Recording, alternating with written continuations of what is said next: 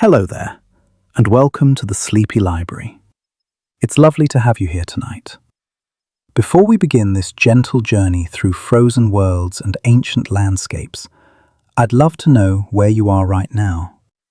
Perhaps you're nestled under a warm blanket, watching snowflakes fall outside your window. Or maybe you're in a place where winter feels like a distant memory, where the concept of ice seems impossibly far away. Wherever you find yourself tonight, in whatever corner of this wide world, I hope you're comfortable, safe, and ready to let your mind wander backward through immense stretches of time. If you enjoy these relaxing explorations of science and would like to hear more, a like and subscribe really helps this sleepy little channel continue on. And to those of you already subscribed, thank you. Truly, your support means more than you know. Your presence here, your willingness to learn and wonder alongside me, makes these quiet journeys through knowledge possible. Tonight, we're going to explore something vast and beautiful and patient. Something that shaped the very ground beneath your feet, carved the valleys you might drive through, formed the lakes you swim in during summer. We're going to talk about ice ages.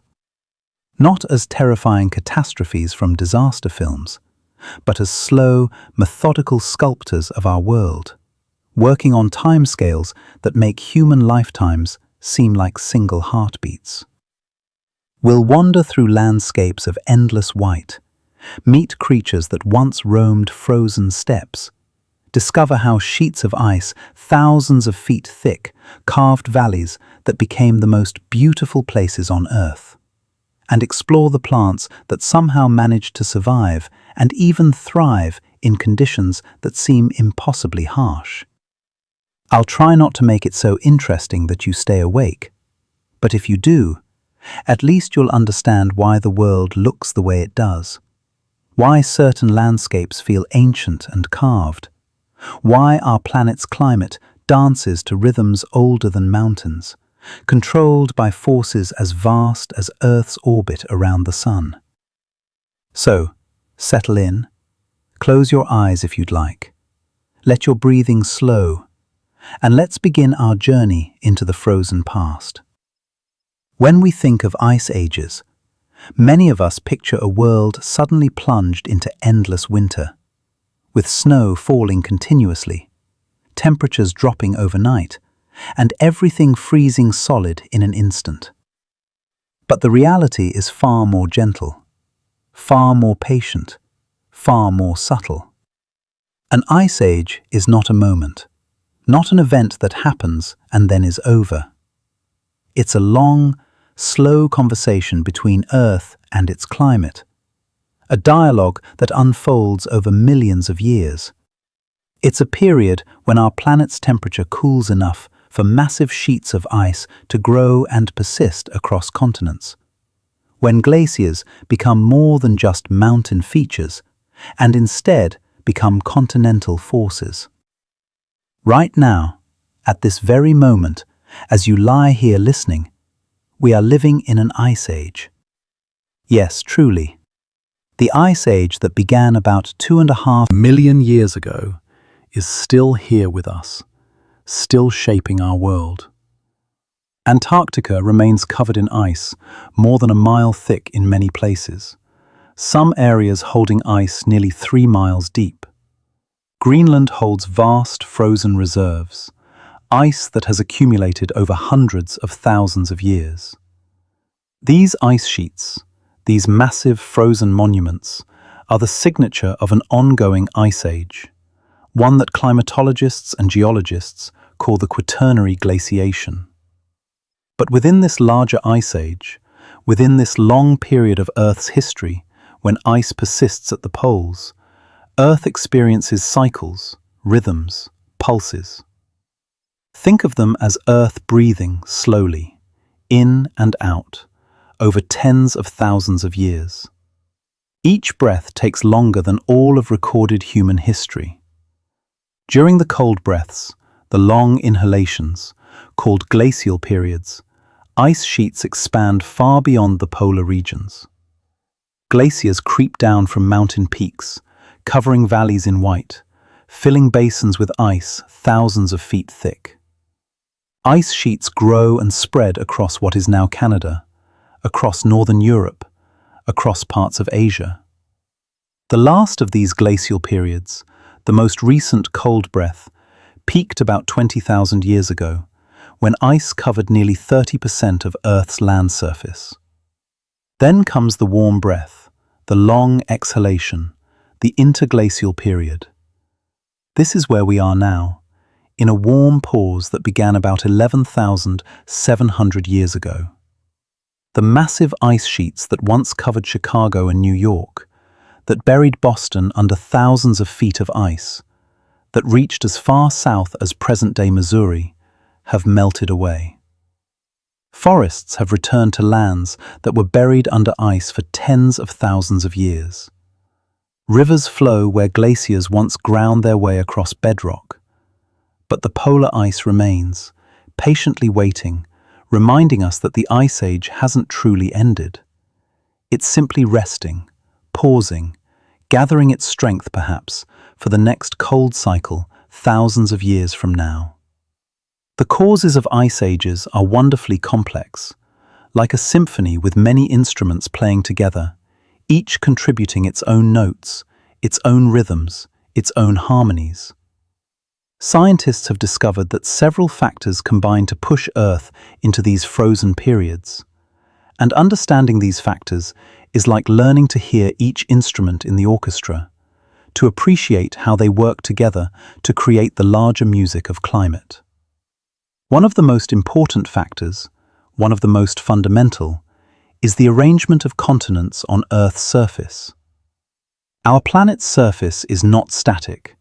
The continents drift, carried slowly across the face of Earth by the movement of tectonic plates, moving at about the speed your fingernails grow, a few centimeters per year. Over millions of years, this adds up. Continents that were once joined separate. Oceans that didn't exist open up. Land bridges form and disappear. When plate tectonics moves continents into positions where they block warm ocean currents from reaching the work poles, where they prevent the circulation of heat from equator to pole, ice can begin to accumulate. When a continent sits over one of the poles, as Antarctica does today, it becomes a perfect platform for ice sheets to grow. The land provides a stable base. Snow falls, accumulates, compresses into ice year after year, century after century, millennium after millennium. The ice grows thicker, spreads outward under its own weight, becomes a self-perpetuating system. The current ice age, the one we're living in right now, likely began when the Isthmus of Panama formed about 4.5 million years ago. This narrow land bridge connecting North and South America, this small piece of land that you could drive across in a few hours, changed everything about Earth's climate. Before it appeared, before that land bridge rose from the sea floor through volcanic activity and tectonic uplift, warm tropical water flowed freely between the Atlantic and Pacific Oceans. The two great oceans exchanged water, mixed their currents, shared their heat. But once the isthmus rose from the sea, once that barrier formed, it redirected ocean currents in profound ways. The Gulf Stream was born, or at least strengthened dramatically. This powerful current carries warm water northward along the Atlantic coast of North America, then sweeps across the Atlantic toward Europe. This brought more moisture to high northern latitudes, more water vapor in the air. More moisture meant more snowfall in winter. More snowfall meant more ice could accumulate. And once ice begins to form, it creates its own cooling effect, its own positive feedback loop that encourages more ice to form. Ice is remarkably good at reflecting sunlight, far better than almost any other natural surface. Scientists call this reflection albedo, a measure of how much sunlight a surface bounces back into space, rather than absorbing. When sunlight hits dark ocean water, most of the energy is absorbed, perhaps 80 to 90%. The water warms, transferring that heat to the atmosphere, keeping the planet warm. But when that same sunlight hits white ice or snow, up to 90% of the energy bounces back into space. The ice doesn't warm. Instead, it stays frozen, and the area around it stays cold. This creates a feedback loop, a self-reinforcing cycle. The more ice there is, the more sunlight gets reflected, the cooler the planet becomes, and the more ice can form. It's like a snowball rolling down a hill, gathering more snow as it goes, growing larger and larger. Once ice sheets begin to form, they encourage more ice to form around them. The process feeds on itself, gentle but powerful, patient but inexorable. Another crucial factor in ice ages involves Earth's relationship with the sun. Not how bright the sun shines, that changes very little over the timescales we're discussing, but how Earth moves through space as it orbits. A Serbian mathematician named Milutin Milankovic spent years in the early 20th century carefully calculating how Earth's orbit changes over long periods of time. He discovered three main variations, three different cycles, each operating on different timescales, each affecting how much sunlight reaches different parts of Earth at different times of year. First, there's eccentricity, the shape of Earth's orbit around the sun. Sometimes the orbit is more circular, nearly a perfect circle. Other times, it's more elliptical, more stretched out, more oval. When the orbit is very elliptical, Earth's distance from the sun varies more throughout the year. Currently, we're in a period of relatively low eccentricity, meaning our orbit is fairly circular. But this changes, oscillating between more circular and more elliptical over a cycle that takes about 100,000 years to complete. This 100,000-year cycle closely matches the timing of glacial and interglacial periods over the past million years. A match so close it can't be coincidence. Then there's obliquity, the tilt of Earth's axis. Right now, Earth tilts at about 23.5 degrees relative to its orbital plane around the Sun. This tilt is why we have seasons. When the northern hemisphere tilts toward the Sun, it's summer there and winter in the southern hemisphere. 6 months later, the southern hemisphere tilts toward the Sun, and the seasons reverse. But this angle of tilt isn't fixed. It changes gradually over 41,000 years, varying between about 22 and 24.5 degrees. More tilt means more extreme seasons, hotter summers and colder winters. Less tilt means milder seasons, cooler summers and warmer winters. For ice ages, cool summers are crucial because they allow winter snow to survive into the next year. Finally, there's precession, the slow wobble of Earth's axis, like a spinning top that's beginning to slow down. Earth's axis doesn't point at the same star all the time. Right now, the North Pole points roughly at Polaris, the North Star. But 13,000 years ago, it pointed at a different star. 13,000 years from now, it will point at yet another star. This wobble takes about 23,000 years to complete one full cycle. Precession affects which hemisphere has summer when Earth is closest to the Sun, and this influences the intensity of seasons. These three orbital variations, these three Milankovitch cycles, working together like clockwork, like cosmic machinery, change how much sunlight reaches different parts of Earth at different times of year. They don't change the total amount of sunlight Earth receives, but they redistribute it. And that distribution matters enormously. When these cycles align just right, when summers in the northern hemisphere become cooler, when there's less intense sunlight to melt the winter snows, Snow that falls in winter doesn't fully melt in summer. Year after year, it accumulates. The weight of accumulated snow compresses the layers beneath, squeezing out air, transforming fluffy snow into dense firn, an intermediate stage between snow and ice, and then into glacial ice. This ice is beautiful, pale blue when seen in thick sections, the blue color coming from how the ice absorbs more red light than blue light. The ice contains tiny bubbles of ancient air, perfect little time capsules, preserving samples of Earth's atmosphere from thousands of years ago. These bubbles are windows into the past, allowing scientists to measure what the air was like when that snow fell, what gases it contained, what temperature existed at that time. The atmospheric composition itself plays a crucial role in ice ages. Carbon dioxide and methane are greenhouse gases.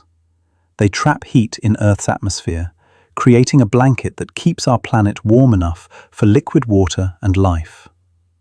Without any greenhouse gases, Earth would be a frozen world, inhospitable, lifeless. But the amount of these gases varies over time. During glacial periods, the concentration of these gases drops significantly. Ice cores drilled from Antarctica and Greenland show us that during the coldest parts of the last glacial period, carbon dioxide levels were about 180 parts per million, compared to over 400 parts per million today. Lower greenhouse gas levels meant less heat trapped in the atmosphere, allowing ice to spread further from the poles. But why do greenhouse gas levels change? Why does carbon dioxide drop during glacial periods? Part of the answer lies in the ocean, that vast reservoir covering 70% of Earth's surface. Cold water holds more dissolved carbon dioxide than warm water. You can see this with any carbonated beverage. Open a cold soda and it barely fizzes. Open a warm soda and it fizzes dramatically, releasing dissolved carbon dioxide. The ocean works the same way. When the climate cools and ocean temperatures drop, the ocean absorbs more carbon dioxide from the atmosphere, pulling it out of the air, storing it in the cold depths. When glaciers grind rocks into fine powder, that powder weathers more slowly in the cold, dry climate of glacial periods. Rock weathering, the chemical breakdown of rocks exposed to air and water, normally removes carbon dioxide from the air as the gas dissolves in water and reacts with minerals. But when weathering slows down during glacial periods, you might expect more carbon dioxide to accumulate in the atmosphere. Yet the opposite happens, because the ocean's capacity to absorb the gas increases so dramatically with cooler temperatures. The ocean wins this battle, pulling more carbon dioxide out of the air than weathering can add. The formation of ice sheets is a patient process, something that doesn't happen suddenly or dramatically. It's not like flipping a switch. Imagine a winter where the snow that falls doesn't completely melt the following summer. Maybe most of it melts, but a patch remains in a particularly cold valley, in a sheltered, north-facing slope, in a high mountain basin. The remaining snow becomes denser under its own weight as summer turns to fall and winter returns. The next winter, more snow falls on top of the compressed layer from the previous year. Summer comes again, warm and bright, but once more, not all the snow melts. The deepest layers, the oldest snow, protected by fresh snow above, remain frozen. Year after year, decade after decade, century after century, the ice builds up. In mountains, where this process begins on steep slopes, this creates glaciers, rivers of ice that flow slowly downhill under their own immense weight. The ice at the bottom of a glacier is under so much pressure from the weight of ice above that it begins to deform, to flow like thick honey, incredibly slowly but inexorably. The glacier moves down valleys carved by ancient rivers, widening them, deepening them, polishing the bedrock beneath. In polar and near-polar regions, where snow accumulates over vast, flat or gently rolling terrain, the ice spreads outward in all directions, forming ice sheets, continuous masses of ice covering millions of square kilometers. During the last glacial maximum, 20,000 years ago, the Laurentide ice sheet covered most of Canada and extended south into what is now the northern United States. Its southern edge reached as far as present-day New York City, Ohio, Illinois, and Iowa. In some places, in the heart of the ice sheet, the ice was more than 2 miles thick, over 3 kilometers of solid ice stacked up, layer upon layer, year after year, for tens of thousands of years. Imagine standing at the base of such a wall of ice, if you could somehow be there without freezing. The ice would stretch up and up until it disappeared into clouds, a vast cliff of pale blue ice, ancient beyond imagining. Looking along its edge, the ice would extend in both directions as far as you could see, curving beyond the horizon, an endless barrier of frozen water. Behind you, to the south, the land would be cold and dry, swept by winds flowing down from the ice sheet, but free of ice, covered in grasses and low shrubs, perhaps with scattered trees in sheltered valleys. The Scandinavian ice sheet buried northern Europe in a similar fashion. The British Isles were largely covered, connected to continental Europe by land exposed as sea levels dropped. The Alps were covered by mountain glaciers, far more extensive than those remaining today. Ice sheets formed in the Andes of South America, in New Zealand, in Tasmania. Mountain glaciers expanded in ranges around the world, in the Himalayas, in the Rockies, in the mountains of East Africa. Even regions that weren't directly covered by ice felt the effects profoundly. With so much water locked up in ice sheets, sea levels dropped by about 400 feet, about 120 meters, exposing vast areas of continental shelf that are now underwater. Coastlines extended far beyond their current positions. Rivers had to flow further to reach the sea, cutting deeper channels. Land bridges appeared between continents and islands that are now separated by water. One of the most significant of these land bridges connected Asia and North America across what is now the Bering Strait, a narrow passage of water about 50 miles wide, separating Siberia from Alaska. During glacial periods, when sea levels dropped, a broad land connection emerged, sometimes hundreds of miles wide from north to south. This land, called Beringia, was a cold but ice-free region of grasslands and tundra, swept by winds but not buried by glaciers because the climate was too dry for heavy snowfall. Beringia became a highway for life, a bridge allowing animals and eventually humans to migrate between continents. The mammoths that would later roam North America crossed this bridge, moving east from their ancestral home in Eurasia. So did horses, moving west, eventually reaching Eurasia and Africa, where their descendants would later be domesticated by humans. Bison crossed into North America. Wolves, bears, and countless other species moved back and forth. And eventually, humans crossed as well. The first people to set foot in the Americas, walking from Asia into a new world of opportunity and resources. The landscapes created by glaciers are among Earth's most beautiful and dramatic features. As glaciers move, they act like enormous bulldozers and sandpaper combined, scraping, grinding, polishing. The base of a glacier picks up rocks and sediment, large boulders and fine clay. Everything gets incorporated into the ice. As the ice moves forward, these rocks grind against the bedrock beneath, scratching and polishing the surface. This process, called abrasion, creates smooth, polished rock surfaces. In many places today, you can still see these scratches, called striations, on exposed bedrock.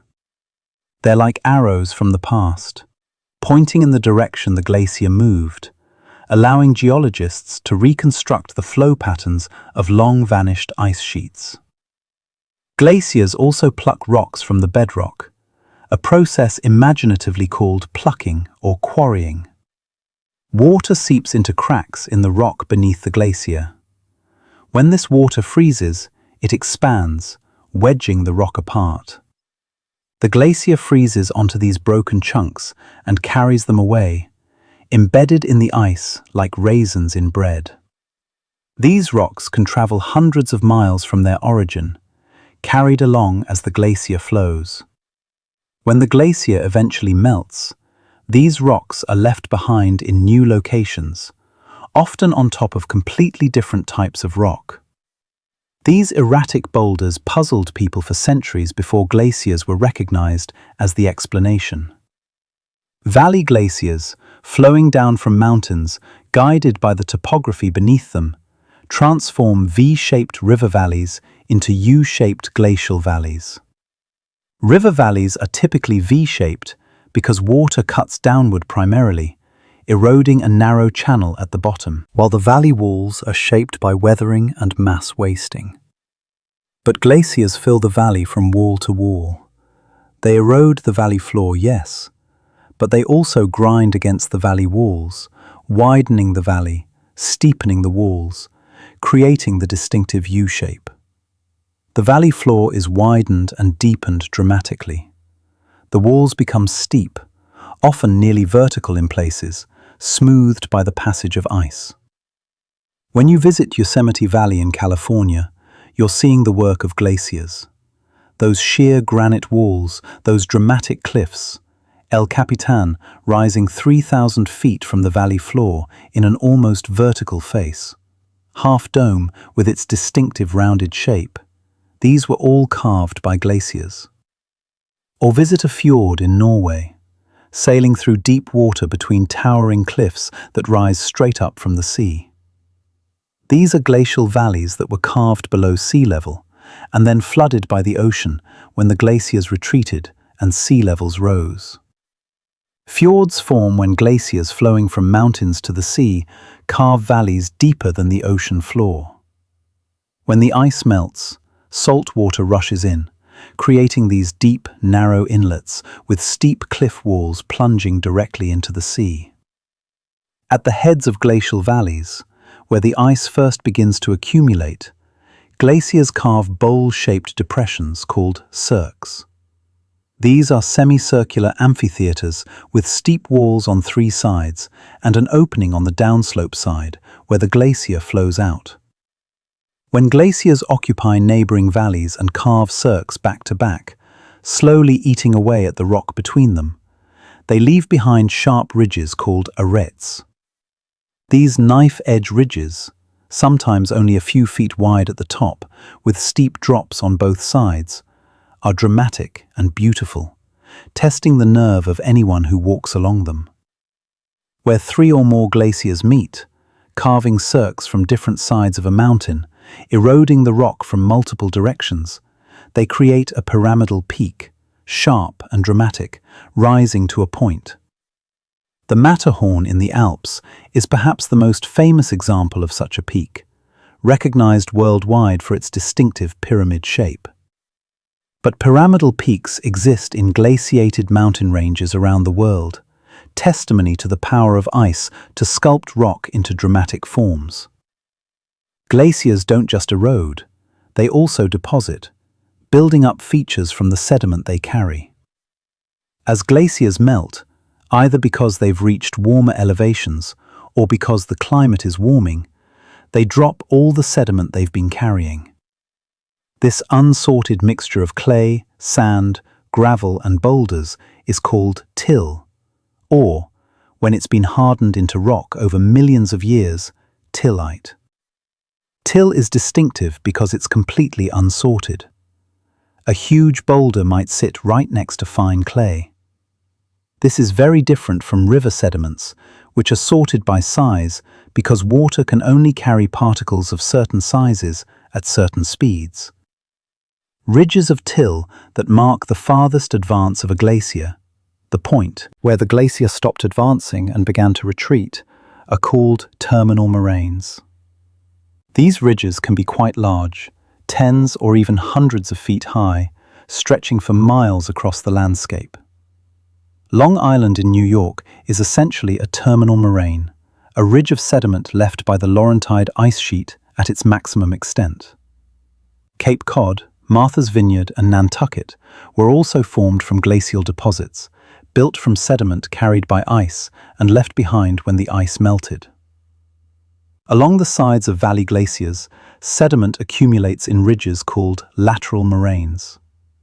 When two valley glaciers merge, their lateral moraines combine to form a medial moraine down the center of the combined glacier. From above, glaciers with multiple tributaries show dark stripes running down their length, each stripe a medial moraine marking where two glaciers joined. When chunks of ice break off from a retreating glacier and become buried in sediment, they create depressions called kettles. The ice sits there, buried and insulated by sediment, slowly melting over years or decades. When it finally melts completely, the overlying sediment collapses, creating a bowl-shaped depression. When these kettles fill with water, they become kettle lakes, often round or oval in shape, with no streams flowing in or out, fed by groundwater and precipitation. Walden Pond in Massachusetts, made famous by Henry David Thoreau and his writings about living deliberately in nature, is a kettle lake. The thousands of lakes scattered across Canada, Minnesota, Wisconsin, and Michigan are mostly glacial in origin, either kettles or basins scoured directly by ice or depressions behind glacial deposits. Glacial meltwater creates its own distinctive features, different from those created by ice directly. Streams flowing beneath glaciers, flowing in tunnels at the base of the ice, deposit sediment in winding ridges called eskers. These ridges, often 30 to 60 feet high and snaking across the landscape for miles, record the path of subglacial streams. They're composed of sand and gravel, sorted by water, quite different from unsorted till. Broader outwash plains form where meltwater spreads sediment over wide areas, creating relatively flat surfaces beyond the edge of the glacier. When glacial lakes form along the margin of an ice sheet, dammed by the ice itself or by glacial deposits, they can hold enormous volumes of water. Sometimes these dams fail catastrophically, releasing the entire lake in a matter of hours or days, creating floods beyond anything seen in modern times. One such flood, perhaps the largest flood ever documented, occurred when glacial Lake Missoula in Montana broke through its ice dam about 15,000 years ago. This lake, held behind a lobe of ice extending south from the main ice sheet, contained more than 500 cubic miles of water, about half the volume of Lake Michigan. When the ice dam failed, perhaps because the ice floated as water levels rose, the entire lake drained in perhaps 2 days, sending a wall of water taller than a 30-story building racing across eastern Washington at speeds up to 65 miles per hour. This flood carved the channeled scablands, a landscape of deep channels, giant ripple marks visible from aircraft, massive waterfalls now dry, and scoured bedrock. All created in a matter of days by an incomprehensible torrent of water carrying house-sized boulders like pebbles. This flood likely happened multiple times as the glacier crept back across the river, reformed the dam, allowed the lake to refill, only to fail again when water levels got high enough. The evidence suggests perhaps 40 or more of these massive floods over a few thousand years, each one reshaping the landscape, each one testament to the awesome power of water suddenly released from glacial storage.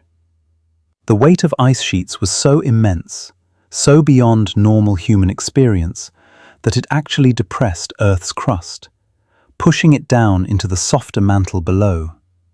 Where ice, 2 miles thick, sat for thousands of years, the rock beneath was pushed down hundreds of feet, or even more. This is similar to how a boat sinks lower into water when you load it with cargo. The crust floats on the denser mantle beneath, and adding weight makes it sink lower. When the ice melted, the weight was removed, and the land began to slowly rebound, rising back up like a boat gradually having its cargo removed. This process, called isostatic rebound or post-glacial rebound, is still happening today, more than 10,000 years after the ice melted. Parts of Scandinavia and Canada are rising by several millimeters per year, still recovering from ice that vanished millennia ago. The rock beneath moves slowly, viscously, taking thousands of years to fully respond to changes in load. In some coastal areas, ancient beaches now sit high above sea level, recording the history of this long, patient uplift. You can walk along beaches carved by waves thousands of years ago, beaches that are now hundreds of feet above the ocean, lifted by the ongoing rebound of land that was once depressed by ice. In other areas, especially around the edges of former ice sheets, where the land was bulging upward because of depression in the center, the land is actually subsiding, sinking slowly as the bulge relaxes. The climate during glacial periods was not uniformly cold everywhere. This is important to understand. While ice sheets covered northern regions and temperatures there dropped dramatically, tropical regions remained relatively warm, though generally cooler and drier than today. The global average temperature during the last glacial maximum was about 5 to 6 degrees Celsius cooler than today. 5 or 6 degrees might not sound like much. You might not even notice that difference from one day to the next. But as a change in global average temperature, it was enough to transform the planet profoundly. With lower sea levels and different climate patterns, different amounts of rainfall and snowfall, different wind patterns, different ocean currents, vegetation zones shifted dramatically. Forests retreated toward the equator. What are now temperate forests were replaced by grasslands and tundra, by cold, dry, windy expanses with sparse vegetation. In mid-latitudes, vast areas became what scientists call the mammoth steppe, a unique ecosystem that has no perfect modern analogue, stretching from Spain across Europe and Asia to Alaska and the Yukon. It was a cold, dry, windy place, but it wasn't a barren wasteland. It was incredibly productive in its own way, supporting enormous numbers of large herbivores. The animals that lived during the last glacial period are often called Ice Age megafauna. Megafauna simply means large animals, typically those weighing more than 100 pounds as adults. These were large mammals, many of them spectacularly adapted to cold conditions, with features and behaviors shaped by tens of thousands of years of evolution in cold climates. The most famous, the icon of the Ice Age, is the woolly mammoth. That magnificent elephant relative covered in thick, shaggy fur. Adult male woolly mammoths stood about 11 feet tall at the shoulder and weighed up to 6 tons, similar in size to modern African elephants, though somewhat shorter and stockier in build. Females were smaller, standing about 8 to 9 feet tall and weighing around 4 tons. These weren't the largest mammoths. The Columbian mammoth, which lived in more southerly regions of North America, was larger, standing up to 13 feet tall and weighing up to 10 tons. Woolly mammoths were remarkably well adapted to cold environments.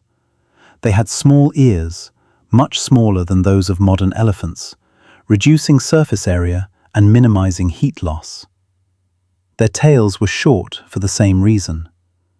Modern elephants use their large ears as radiators, flapping them to cool off in hot African or Asian climates. Woolly mammoths didn't need cooling. They needed to conserve every bit of heat. They had a thick layer of fat beneath their skin, sometimes 4 inches thick, providing insulation and energy storage for times when food was scarce. Their fur was extraordinary, a double coat perfectly adapted to extreme cold. The undercoat consisted of dense, fine wool that trapped air close to the skin, providing excellent insulation. The outer coat consisted of long guard hairs that could grow up to 3 feet long, shedding water and snow, protecting the wool beneath. When frozen mammoth carcasses have been found in Siberian permafrost, the fur is often remarkably well preserved, and it varies in color. Some mammoths were the brown color we typically imagine, but others had blonde, reddish-brown, or even black fur, showing the genetic variation that existed in mammoth populations. Their blood had special adaptations too. Research on DNA from mammoths has revealed changes in the hemoglobin molecule, the protein that carries oxygen in red blood cells. These changes allowed mammoth blood to release oxygen effectively, even at cold temperatures. This meant their muscles and organs could function efficiently, even in bitter cold, requiring less metabolic energy to maintain body temperature.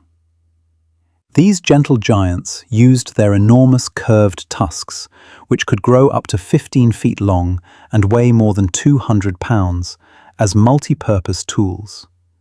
They swept away snow to reach the grasses, sedges, and flowering plants beneath. They stripped bark from trees in areas where trees grew. They dug into the ground to reach roots.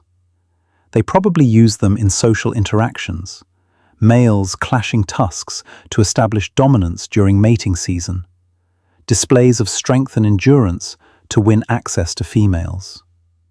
Many preserved tusks show flat, polished sections on their outer curvature, evidence of repeated contact with the ground, as mammoths used them as snow plows and digging tools.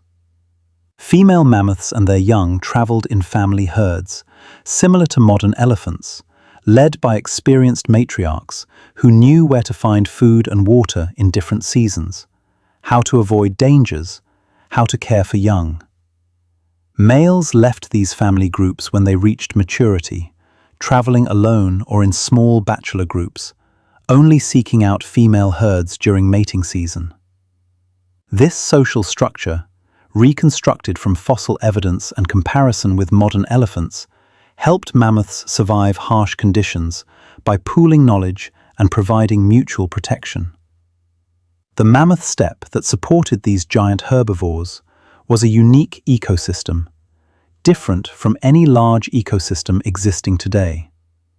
It was dominated by grasses and sedges, yes, but recent research using ancient DNA extracted from permafrost has revealed that flowering plants called forbs were actually more abundant than previously thought. Forbs include a wide variety of non-woody flowering plants, species related to modern yarrow, sagebrush, various wildflowers, and other herbaceous plants. These forbs are typically more nutritious than grasses, richer in protein and other nutrients.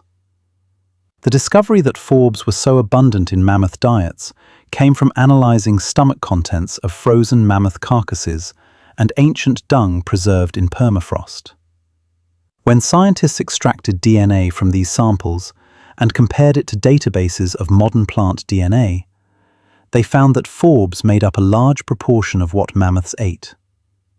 This suggests the mammoth steppe was more productive and diverse than scientists had previously imagined, capable of supporting the enormous biomass of large herbivores that lived there. In some areas of Siberia and Alaska during the Ice Age, the density of large mammals may have been 6 times higher than the density in those same regions today.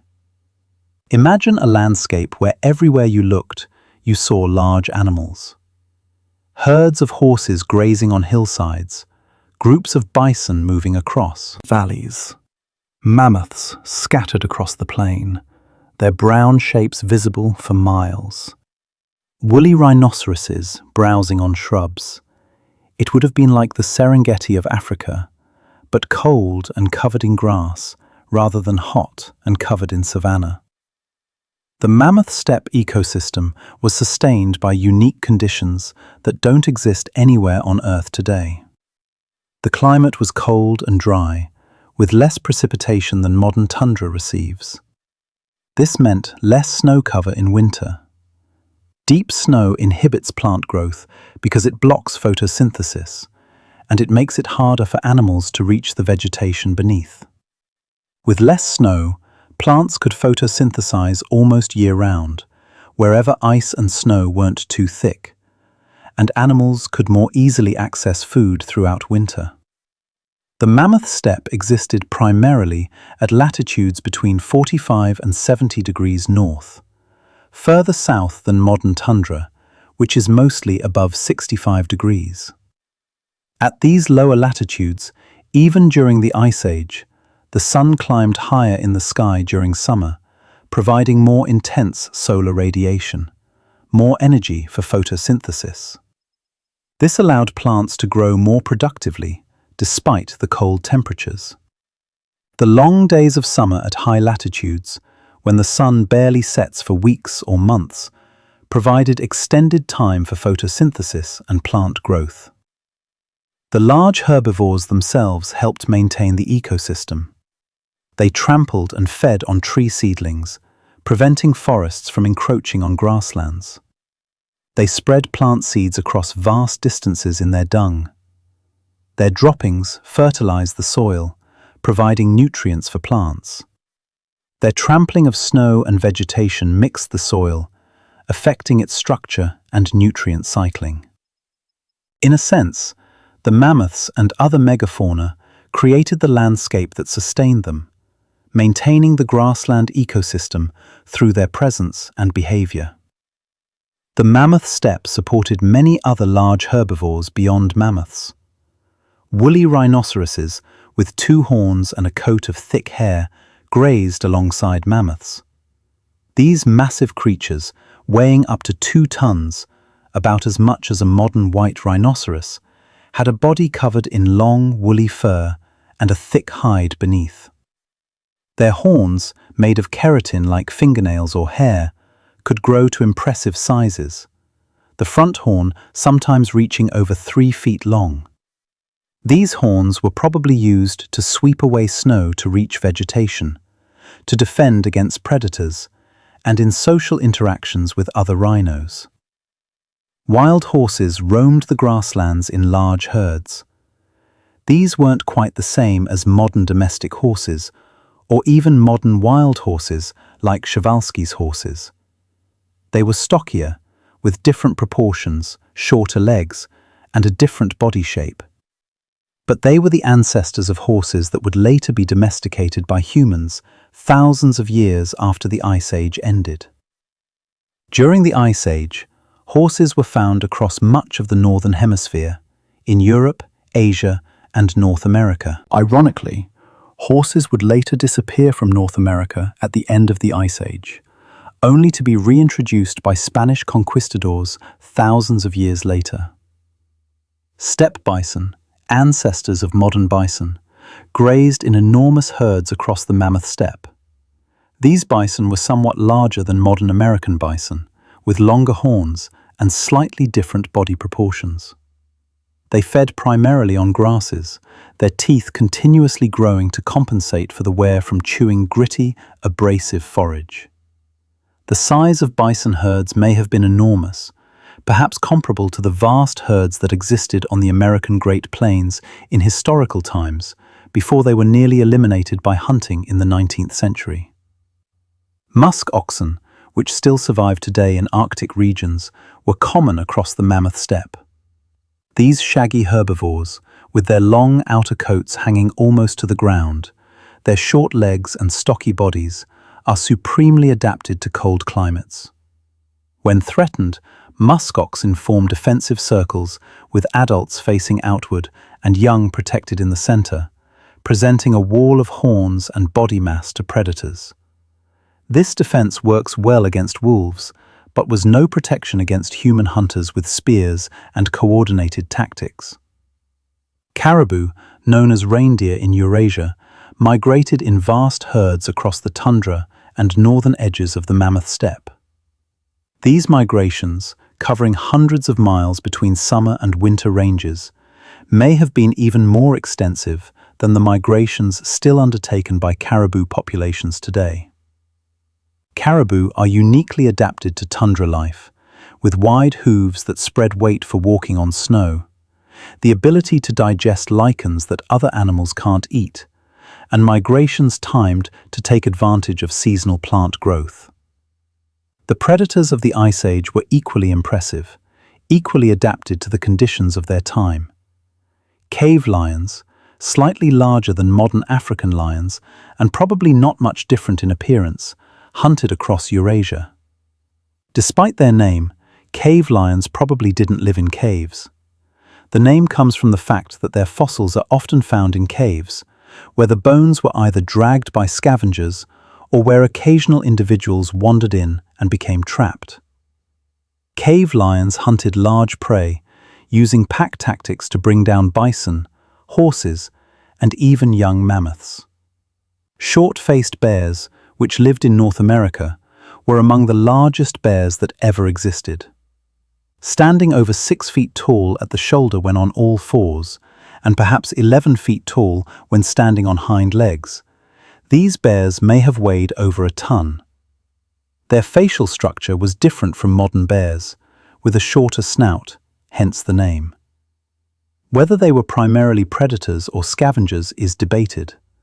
Their long legs suggest they could cover ground efficiently, perhaps allowing them to follow herds and scavenge from predator remains, or to run down prey across open terrain.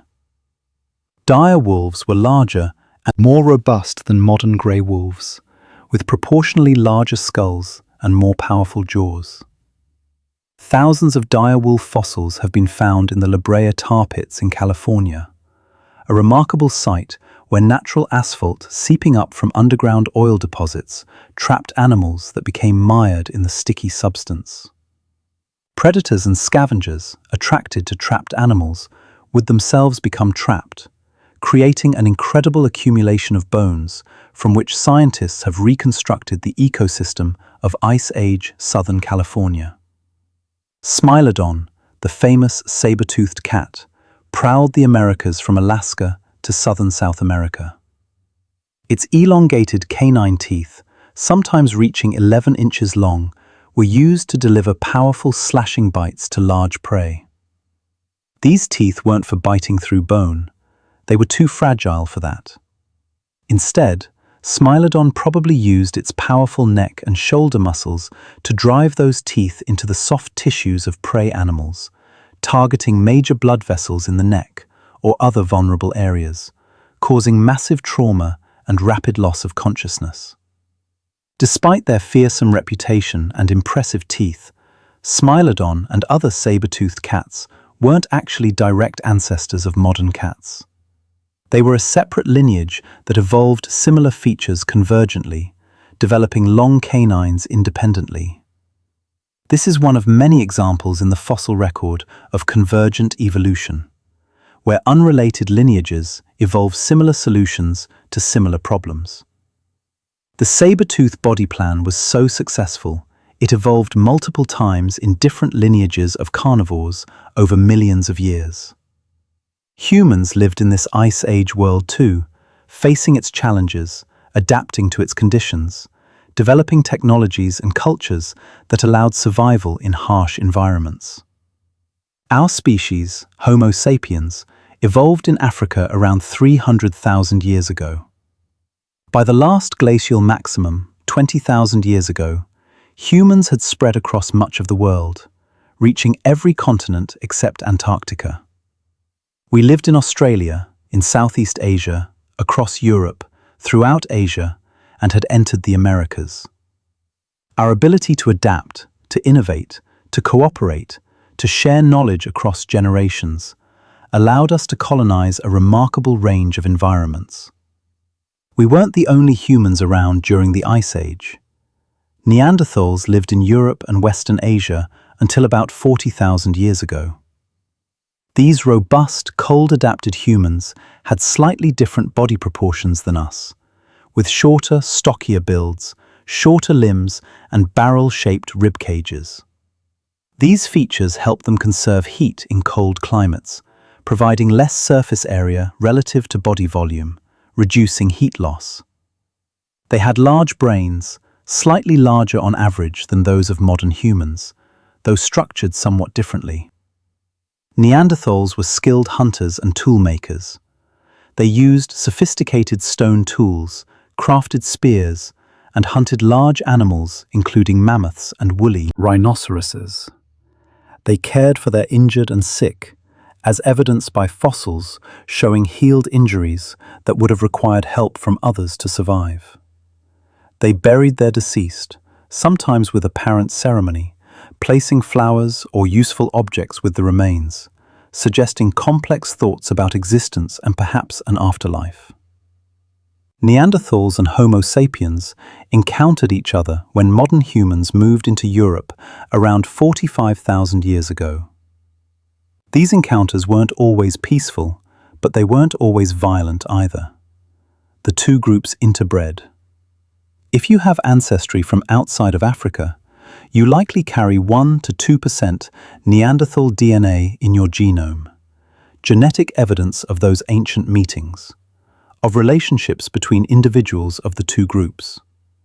Some genetic variants inherited from Neanderthals affect immune function, skin characteristics, and other traits, showing that some Neanderthal genes were advantageous and were preserved by natural selection. There were also other human species during the Ice Age. Denisovans, known mainly from DNA extracted from a few bones and teeth found in a cave in Siberia, lived in Asia and interbred with both Neanderthals and modern humans. Modern people in Oceania carry significant amounts of Denisovan DNA, evidence of encounters and relationships in Southeast Asia as humans moved through that region toward Australia. Homo floresiensis, a small-statured species found on the Indonesian island of Flores, survived until relatively recently, perhaps 50,000 years ago, living as island dwarfs, isolated from other human populations. For humans living during the last glacial period, life required remarkable ingenuity, cooperation, and cultural knowledge. People hunted large animals for food, carefully processing the carcasses using every part.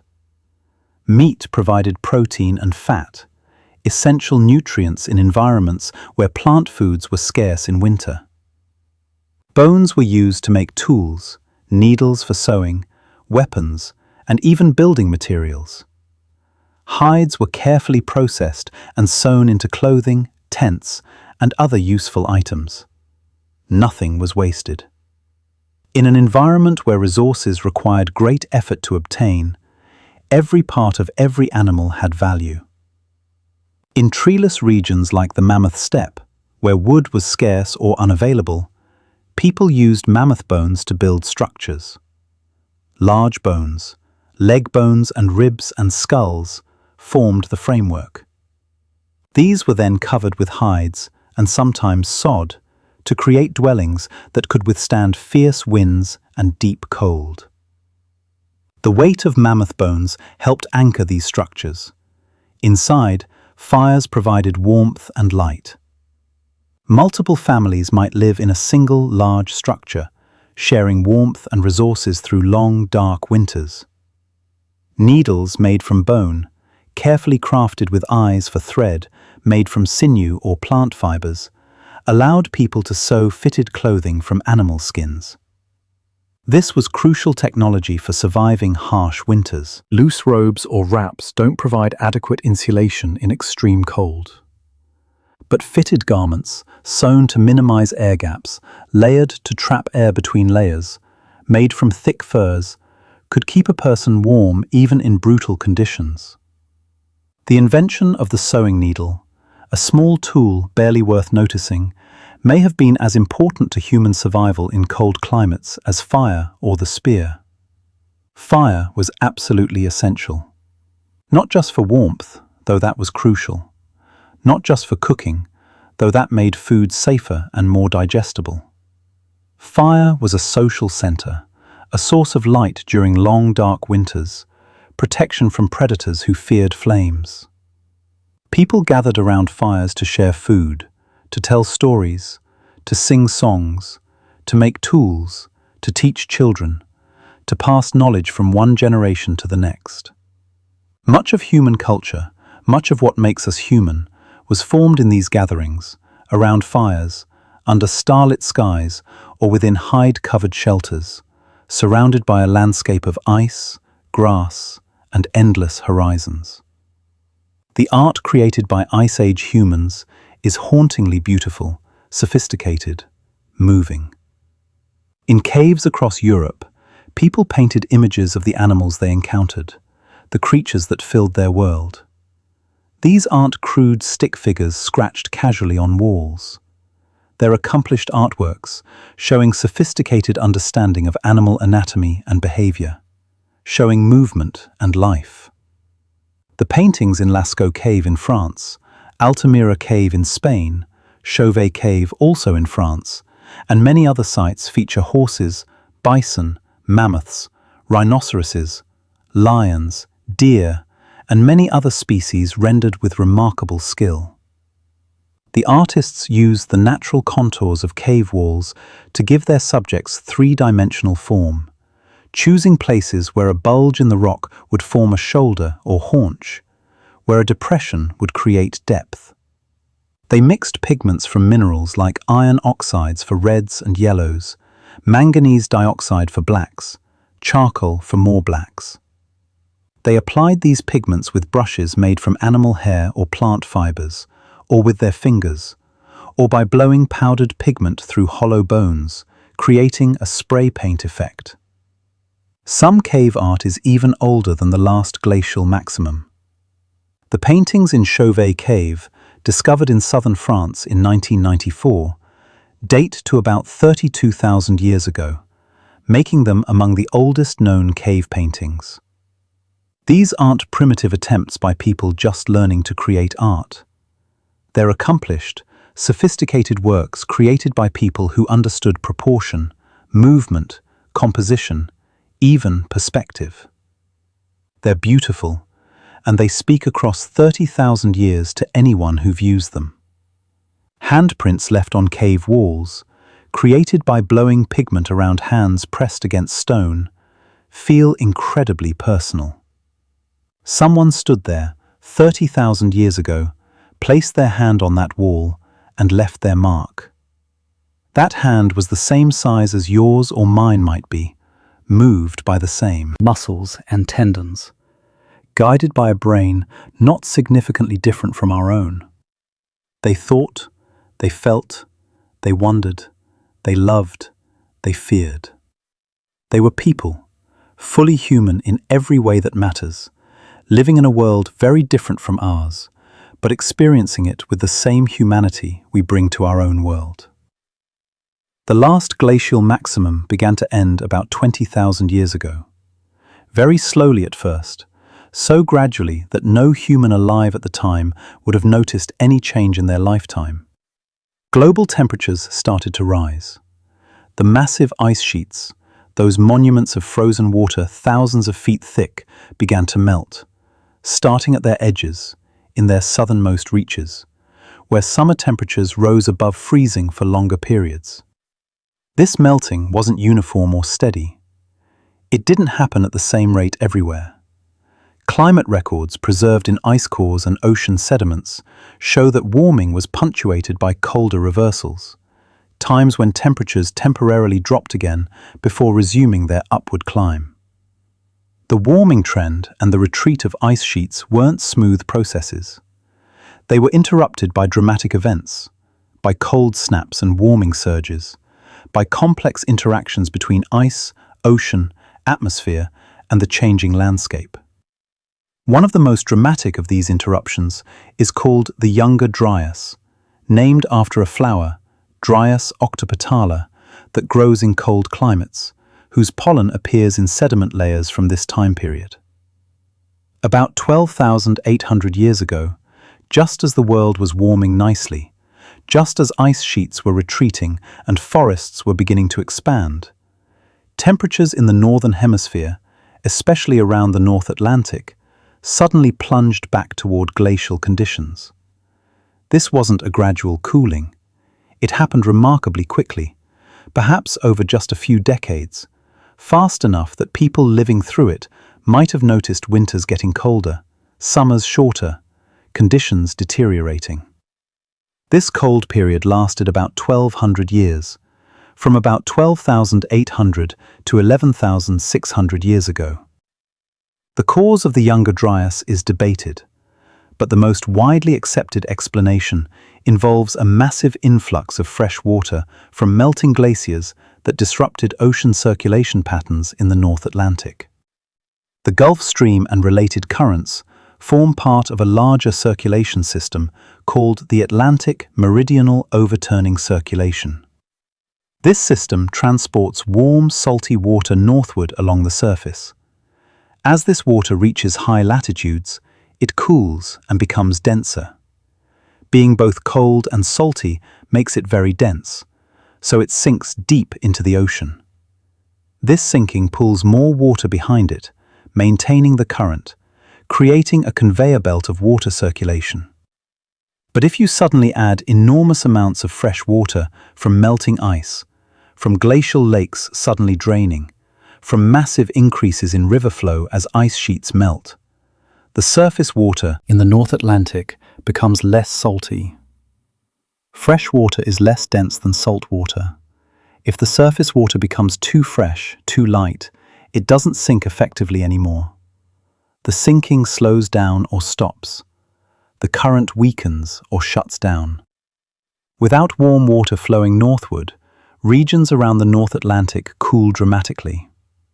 Temperatures can drop by several degrees Celsius in a matter of decades. After the Younger Dryas ended, about 11,700 years ago, warming resumed and accelerated. This marks the official beginning of the Holocene epoch, the warm interglacial period we're currently living in. The ice sheets continued their retreat. Vast amounts of water that had been locked in ice for tens of thousands of years flowed back into the oceans. Sea levels rose hundreds of feet, flooding coastlines, submerging continental shelves, changing the map of the world. The land bridge connecting Asia and North America, Beringia, disappeared beneath the rising waters of the Bering Strait. Britain separated from continental Europe as water flooded the low-lying land that had connected them. The English Channel opened, making Britain an island. Indonesia's many islands, which had been connected by land bridges when sea levels were lower, became separated by shallow seas. River deltas that had extended far out onto exposed continental shelves were drowned. Coastal settlements, if any existed, would have been gradually submerged, their traces now deep underwater. Forests expanded as the climate warmed and became wetter. Tundra retreated northward, following the ice. The mammoth steppe ecosystem, that unique grassland that had stretched across much of the northern hemisphere, fragmented and shrank. Trees moved in from southern refugia, where they had survived the glacial period. Spruce, pine, birch, and other cold-tolerant trees spread north across formerly treeless landscapes. Oak, elm, beech, and other deciduous trees expanded from their Ice Age refuges in southern Europe and Asia. And the megafauna, those magnificent large mammals that had dominated Ice Age landscapes, began to disappear. Between about 12,000 and 10,000 years ago, in a period of just 2,000 years, many of the large mammals that had thrived for tens of thousands of years went away. Mammoths, mastodons, saber-toothed cats, dire wolves, cave bears, giant ground sloths, woolly rhinoceroses, short-faced bears, cave lions, American horses, American camels, giant beavers, and many others all disappeared, leaving only their bones as testament to their former existence. What happened to them remains one of the great mysteries and sources of passionate debate in science. Several factors likely contributed, working together in complex ways. Climate change certainly played a significant role. As the world warmed, habitats changed rapidly, more rapidly than many animals could adapt. The cold, dry grasslands that supported mammoths and other megafauna way to forests and wetter conditions. Many large herbivores were adapted specifically to grassland environments, physically adapted to eating grasses, behaviorally adapted to living in open country. As grasslands shrank, as forests expanded, their available habitat decreased. For mammoths specifically, not only did their grassland habitat shrink, but the vegetation itself changed. Research has shown that forbs, those nutritious flowering plants that were so abundant in mammoth diets, declined as forests expanded. Woody plants, trees and shrubs became more common. These were less nutritious and harder for mammoths to digest efficiently. Food quality may have declined at the same time that food quantity decreased, creating a double challenge. But climate change alone may not fully explain the pattern of disappearances. The timing doesn't match perfectly everywhere. Some regions lost their megafauna earlier, some later. Some animals disappeared in some places but survived longer in others. This suggests that climate change isn't the whole story. Humans were expanding their range and growing in numbers during this same period. Armed with increasingly sophisticated hunting technologies, organized in cooperative groups, able to communicate and plan, small numbers of humans could take down even the largest animals. Spears, eventually spear throwers called atlatls, that increased throwing speed and force. Traps, fire drives that could stampede animals over cliffs or into bogs. Coordinated group tactics. All of these made humans formidable predators, capable of harvesting megafauna. There's clear evidence of humans hunting mammoths and other large animals. Kill sites have been found where mammoth remains show signs of butchery, cut marks from stone tools, bones broken to extract marrow, carcasses processed systematically and efficiently.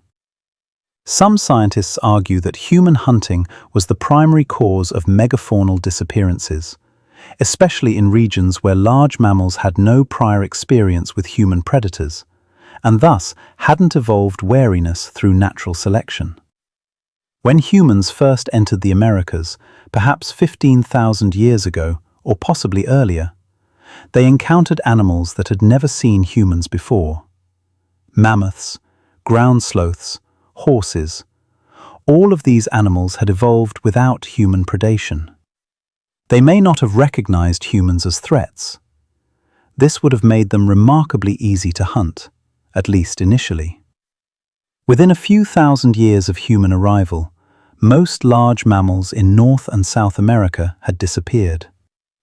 This pattern, humans arriving and megafauna disappearing soon after, is seen in Australia as well, where humans arrived perhaps 60,000 years ago and large marsupials disappeared within a few thousand years. The debate between climate change and human hunting as the primary cause continues, sometimes passionately. Most scientists now think both factors work together, that it wasn't purely one or the other, but a combination. Climate change stressed megafaunal populations, making them smaller, more vulnerable, less resilient. Their populations declined, their ranges fragmented, their ability to recover from setbacks decreased. Then human hunting pressure, even if not intensive, even if each human group only took a few animals per year, could have pushed already stressed populations over the edge. Disease is another possible factor that's harder to evaluate from fossil evidence. Humans and their dogs might have introduced new diseases to naive animal populations that had no immunity, no prior exposure, no evolved defenses. When animals encounter new diseases, epidemics can be devastating.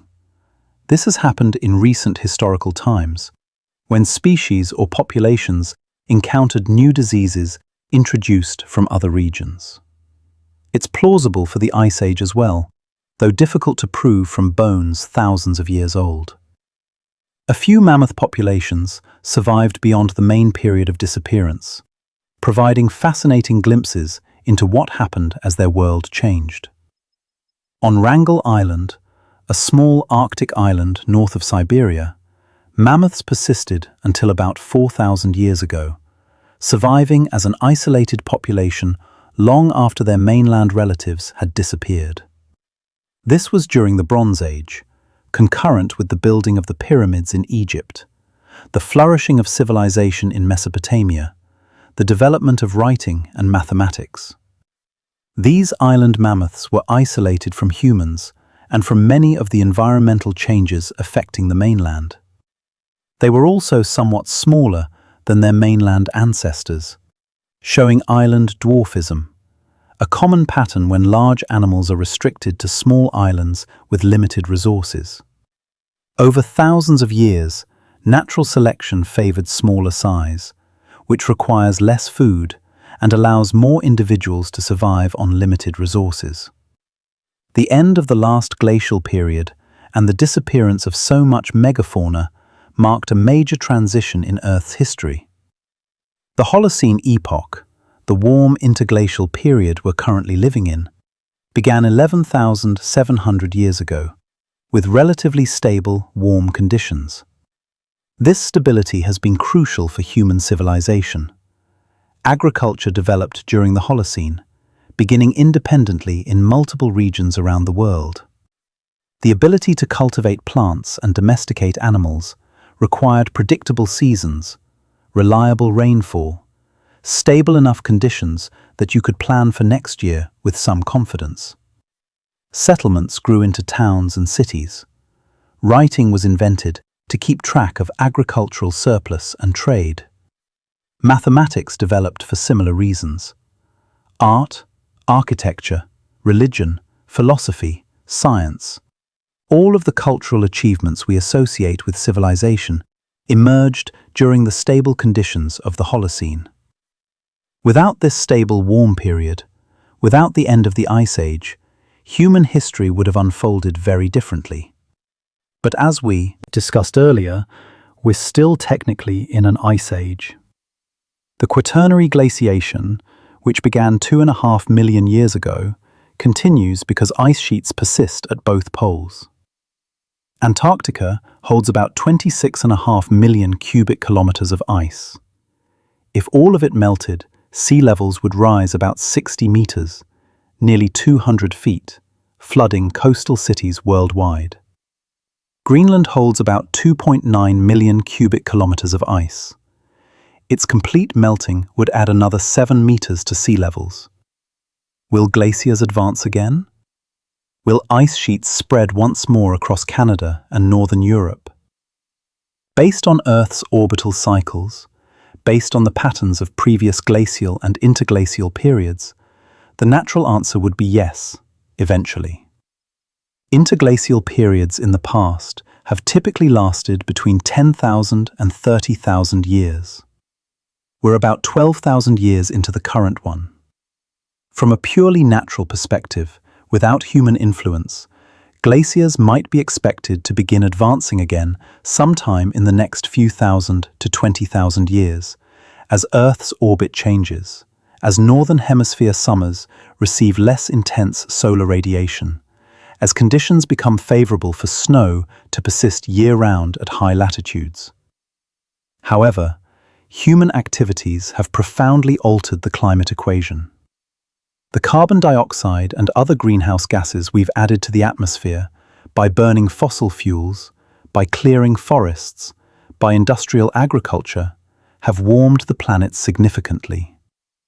The current carbon dioxide concentration, over 400 parts per million and rising, is higher than at any time in the past 800,000 years, higher than during any interglacial period in that entire span. This warming is overwhelming the natural cooling trend that might otherwise lead toward the next glacial period. Instead of ice sheets advancing, growing thicker, spreading further from the poles, the ice we have is melting and retreating at accelerating rates. Sea levels are rising, not because of glaciers advancing, but because of glaciers retreating, because ice is melting faster than snow can replace it. Arctic sea ice is decreasing in extent and thickness. Mountain glaciers around the world are shrinking, many projected to disappear entirely within this century if current trends continue. Climate scientists study ice ages partly to understand Earth's natural climate variability, to learn how the climate system works, what forces drive change, how different parts of the system interact. But they also study ice ages to better understand how climate change works in general, including human-caused climate change happening now. The tools and techniques developed to study past climates, the ice cores and sediment cores and fossil records, provide context for current changes, showing what has happened before and what might happen in the future. Ice cores drilled from Antarctica and Greenland provide incredibly detailed records of past climate extending back hundreds of thousands of years. Teams of scientists drilling on the Antarctic and Greenland ice sheets have recovered cores more than 2 miles long, containing ice that fell as snow more than 800,000 years ago. Each annual layer of snow that fell and was compressed into ice, each thin stripe in the core representing a single year, preserves information about the climate when that snow fell. By analyzing the ice itself, measuring the ratios of different oxygen isotopes, scientists can determine temperature. Lighter oxygen isotopes evaporate more easily from the ocean, so snow falling in colder periods has a different isotope ratio than snow falling in warmer periods. This creates a temperature record extending back through glacial and interglacial periods, showing when Earth was cold and when it was warm. By analyzing tiny bubbles of air trapped in the ice, scientists can measure the exact concentration of greenhouse gases in the atmosphere at specific times in the past. Each bubble is a time capsule, a sample of ancient air preserved unchanged for thousands or hundreds of thousands of years. By carefully extracting these bubbles, crushing the ice in a vacuum chamber, and capturing the ancient air, scientists can measure carbon dioxide, methane, nitrous oxide, and other gases, determining their concentrations at different times. This has shown that carbon dioxide and temperature are closely linked. When carbon dioxide levels are high, temperatures are warmer. When levels are low, temperatures are cooler. The relationship isn't perfect or instantaneous. Sometimes temperature changes slightly lead carbon dioxide changes, sometimes vice versa. This is because the carbon cycle and climate system have many feedbacks, with each affecting the other in complex ways. But the overall pattern is clear and consistent. The dust trapped in ice layers tells about wind patterns and aridity. During glacial periods, dust levels in ice cores are much higher, sometimes 20 to 25 times higher than during interglacial periods. This reflects stronger winds, less vegetation to hold soil in place, more exposed surfaces producing dust, drier conditions with less rainfall to wash dust from the atmosphere. The composition of the dust reveals where it came from, allowing reconstruction of ancient wind patterns. Volcanic eruptions leave signatures in ice cores as layers of volcanic ash or high concentrations of sulfate from volcanic gases. These allow dating of eruptions, show how frequently major eruptions occurred, help calibrate climate records by providing time markers visible in ice cores from different locations. Ocean sediment cores provide complementary information covering even longer timescales. The ocean floor accumulates sediment gradually, layer upon layer, century after century, millennium after millennium. This sediment contains shells of tiny marine organisms, plankton that lived near the ocean surface and drifted down when they perished, building up over time into thick layers. By drilling cores from the ocean floor and analyzing these shells layer by layer, scientists can reconstruct ocean temperatures and global ice volume going back millions of years. The shells contain calcium carbonate, and the oxygen in that carbonate has isotope ratios that record the temperature and ice volume when the organism was alive. During glacial periods, when much water is locked in ice sheets, the oceans contain proportionally more of the heavier oxygen isotope. This is because lighter oxygen isotopes evaporate more easily from the ocean, fall as snow, and get locked up in ice sheets. The heavier isotope stays in the ocean, increasing its concentration. This creates a record of ice volume over time. The magnesium to calcium ratio in shells also records temperature, as does the presence of certain plankton species that prefer warmer or colder water. By combining these different proxies, these different types of evidence, scientists have reconstructed ocean temperatures and ice volumes with remarkable precision going back tens of millions of years. This paleoclimate research, this reconstruction of past climates, has revealed that Earth's climate system has tipping points, thresholds where relatively small changes in forcing factors can trigger large, rapid responses. The Younger Dryas cold reversal is one dramatic example. Within perhaps a decade or two, temperatures in the North Atlantic region dropped by several degrees Celsius and stayed cold for over 1,000 years. Then, equally rapidly, temperatures rose again when conditions changed. These abrupt shifts show that the climate system can reorganize quickly, can flip between different stable states when pushed past certain thresholds. Understanding ice ages helps us appreciate the dynamic nature of our planet. Earth is not static, not fixed, not unchanging. Continents move, driven by plate tectonics, spreading apart in some places, colliding in others, creating mountains, opening ocean basins. Ocean currents shift as continents move and as climate changes. The atmosphere's composition changes, influenced by volcanic eruptions, by the evolution of photosynthetic organisms, by weathering of rocks, by human activities. Ice sheets advance and retreat, sometimes covering vast areas, sometimes reduced to remnants at the poles.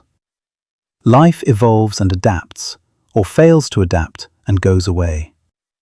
The landscape is constantly being reshaped by weather, by erosion, by volcanic activity, by the slow movement of glaciers or the sudden violence of floods. The Ice Age landscapes visible today are relatively recent in geological terms. The valleys, lakes, moraines, and other glacial features we see in Canada, in the northern United States, in northern Europe, in mountainous regions worldwide, are 10 to 20,000 years old. Young by geological standards, barely a moment in Earth's long history. Older. Landscapes from previous glacial periods have been partially or completely erased by subsequent glaciations, by erosion wearing them down, by burial under newer sediments. This makes the record of past ice ages more difficult to read the further back in time you go, like trying to read a book where the earliest pages have been torn out or written over. Earth has experienced several major ice ages throughout its 4.5 billion year history.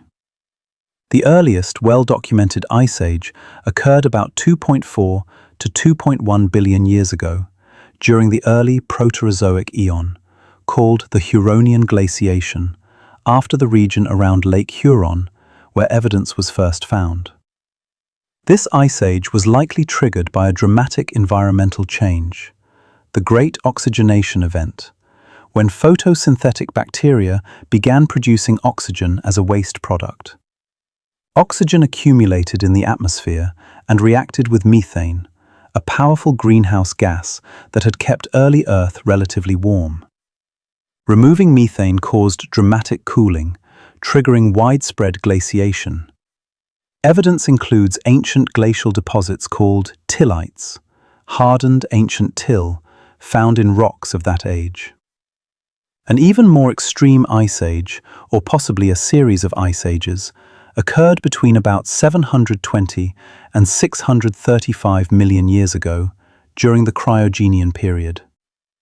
Some scientists think that during this time, Earth experienced what are called snowball Earth events, when glaciers may have reached all the way to the equator and the entire planet was covered in ice, or nearly so. Imagine that, the entire Earth frozen, ice covering the oceans from pole to pole, only a few areas of open water, if any. Reflecting so much sunlight, the temperatures stayed well below freezing, even at the equator. Evidence for snowball Earth includes glacial deposits found at latitudes that were equatorial at the time, determined from paleomagnetism in the rocks.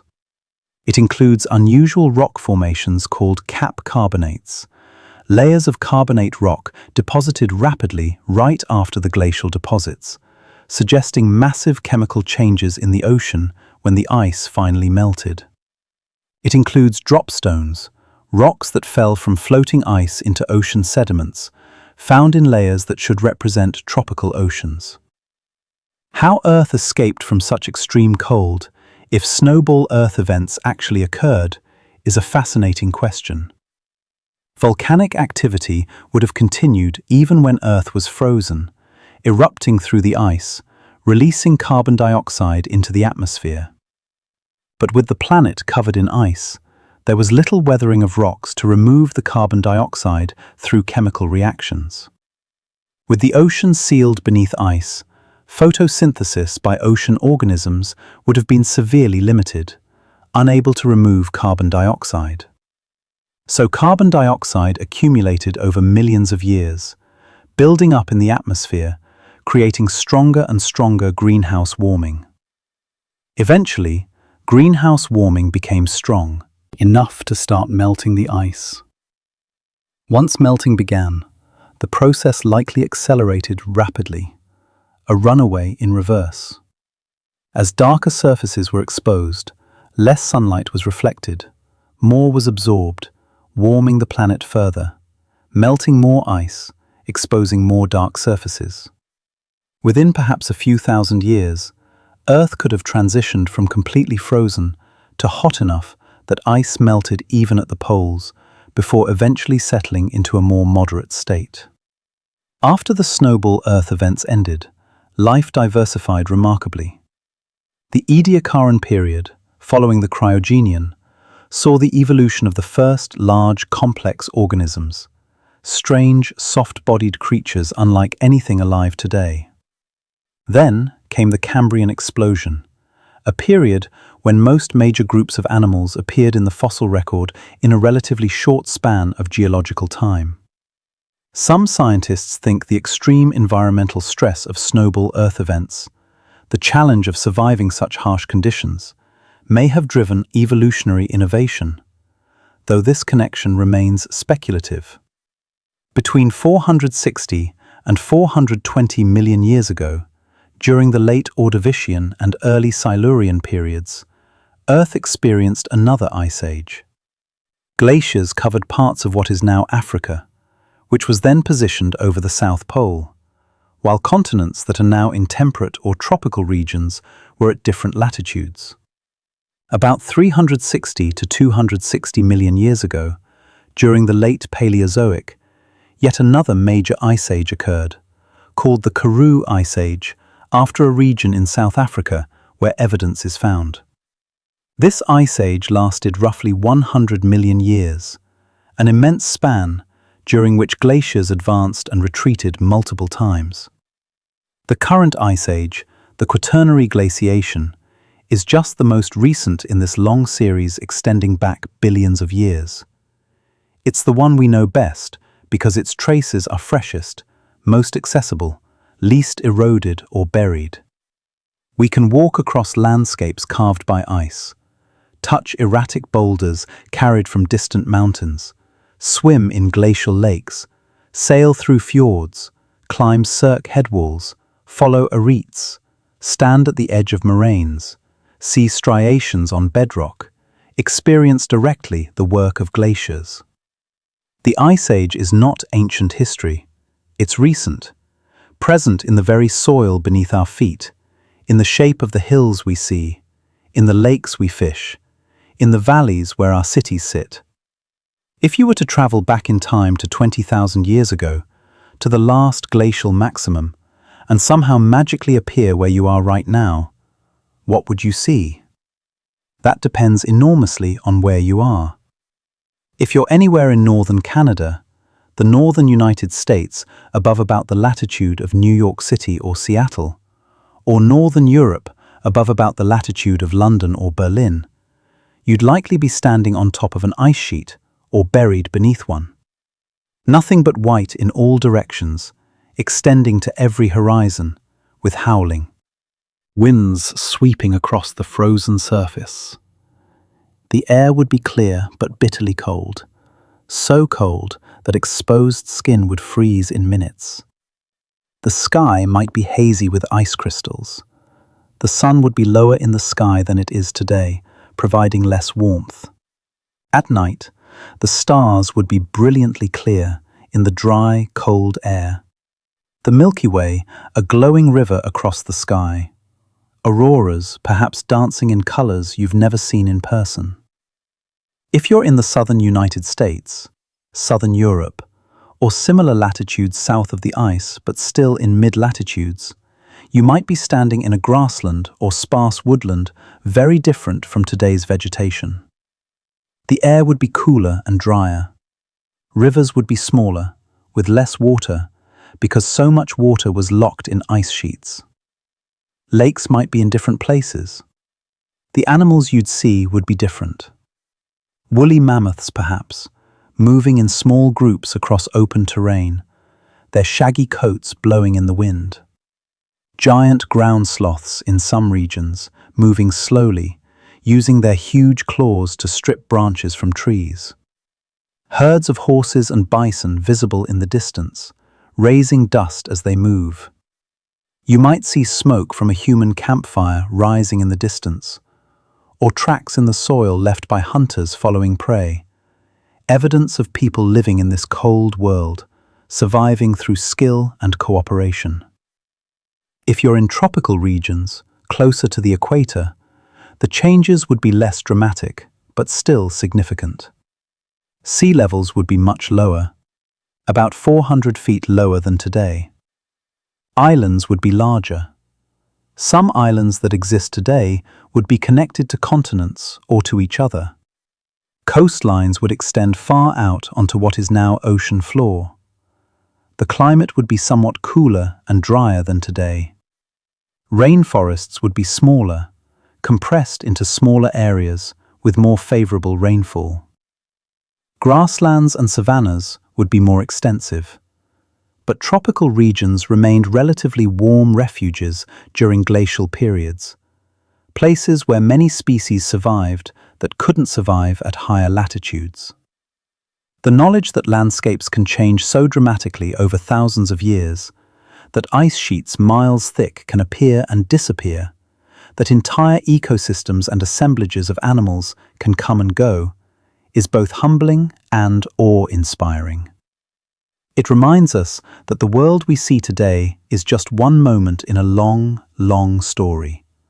One frame in a film that's been playing for billions of years and will continue for billions more. The mountains we think of as eternal will eventually erode away or be uplifted higher.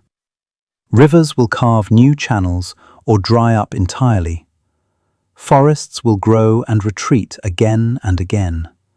And perhaps, many thousands of years from now, if human influences don't prevent it, or if we've somehow vanished by then, glaciers will advance again. Ice sheets will spread once more across high latitudes, and the cycle will continue as it has for millions of years. There's something almost peaceful about that thought, something comforting in the vastness of it. Earth has its rhythms, cycles that operate on timescales so vast they're hard to comprehend, with minds evolved to track seasons and lifetimes. Our individual lives, even all of recorded human history, from the first writing to today, are but moments in these great cycles. The Ice Age is a reminder that change is the only constant, that nothing remains the same forever, and that Earth continues its patient work of transformation, regardless of what we do or don't do, moving to rhythms far older and deeper than human concerns. The glaciers that carved the valleys we find beautiful today, the moraines that became fertile farmland, the lakes that reflect mountain peaks in their still waters, all of these are gifts from the Ice Age, legacies of that cold time.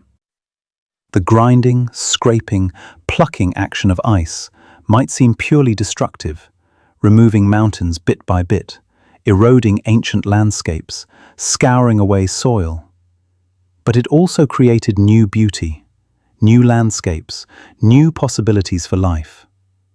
Without glaciers, there would be no Yosemite with its granite walls and waterfalls, no fjords in Norway, those narrow inlets cutting deep into mountains, no Lake District in England with its gentle lakes nestled between hills, no countless alpine valleys treasured by hikers and mountaineers, no scenic mountain roads winding through glacially carved terrain. The loess, that fine rock dust blown from glacial outwash plains, settled over vast areas and became incredibly fertile soil. Much of the agricultural productivity of the North American Midwest, the Plains states, the rich farmlands that feed millions, comes from soils that have their origins in glacial processes. Parts of northern Europe, the agricultural regions of northern France and Germany and Poland, sit on soils derived partly from loess. Parts of China, the productive agricultural regions of the north, have thick loess deposits, in some places hundreds of feet thick, blown there from deserts and glacial areas during cold, dry periods. The mammoths and other Ice Age megafauna are gone, disappeared, leaving only bones and frozen carcasses as evidence they ever existed. But their legacy lives on in multiple ways. The ecosystems they shaped, the grasslands they maintained through grazing and trampling, influenced the development of plants and other animals. Their disappearance allowed forests to expand in some areas, changed predator-prey dynamics, opened ecological niches that other species eventually filled. Their surviving relatives, elephants in Africa and Asia, mammoths' closest living relations, share much of the same biology, the same basic body plan refined over millions of years of evolution. The human cultures that adapted to living alongside megafauna, that developed technologies and strategies for hunting them, that incorporated them into art and possibly spiritual beliefs, were shaped by those relationships. When the megafauna disappeared, human cultures changed too, shifting to hunting smaller game, eventually domesticating some animals, developing agriculture, following paths that led eventually to modern civilization. There's sadness in that ending, profound loss. We'll never see a living mammoth except in our imaginations, and in reconstructions created from their frozen remains and bones. The roar of a cave lion, the sight of herds of woolly rhinoceroses moving across grasslands, the sound of a giant ground sloth pulling branches from trees, the knowledge of what a mammoth stepped in full flourish really looked like, with countless large animals visible to the horizon. All of this is lost to time, gone beyond any hope of recovery. except perhaps through genetic engineering, which raises its own complex questions. But there's also wonder in knowing that such creatures existed, that Earth once supported such diversity and abundance of large animals, that the world has been so many different things in the past and will be different things in the future.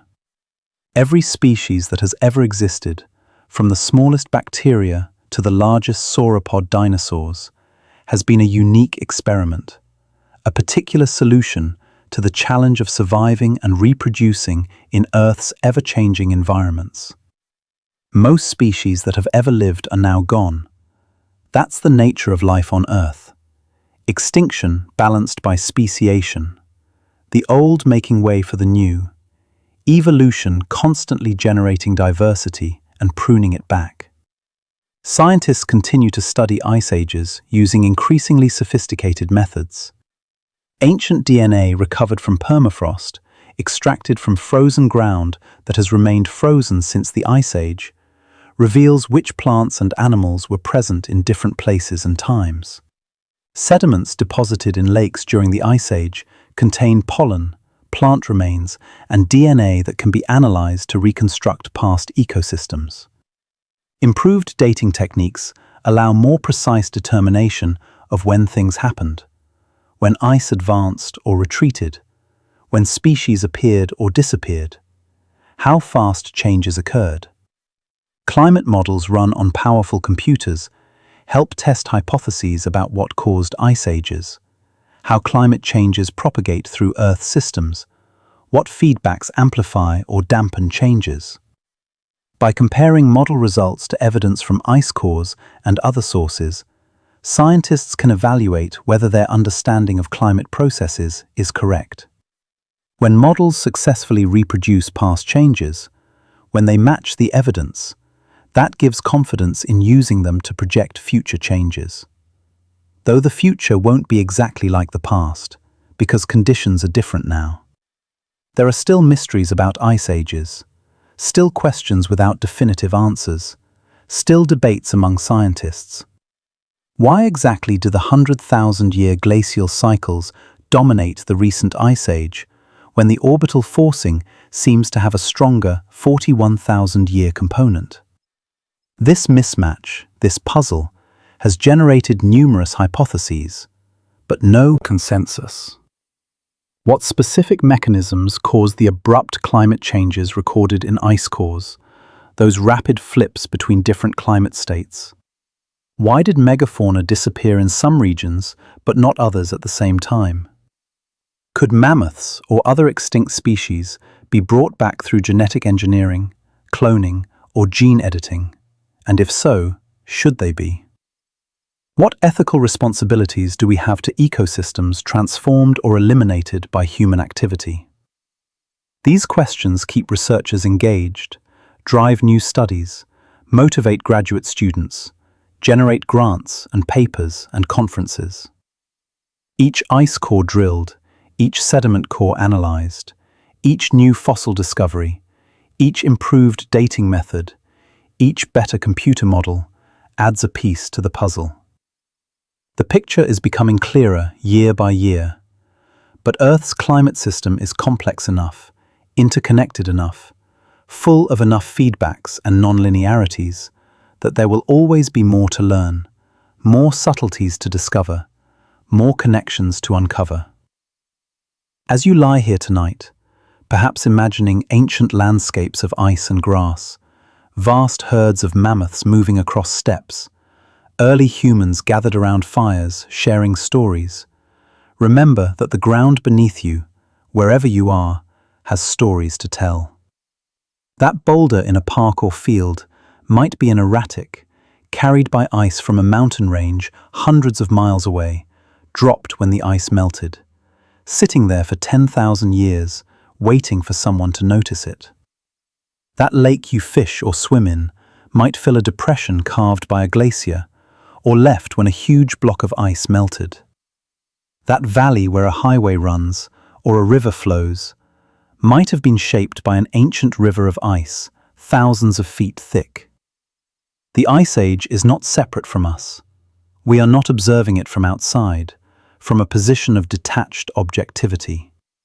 We are living in it, in a warm moment certainly, in an interglacial that has lasted longer than many human lifespans combined, but still within the broader period of Earth's recent cold.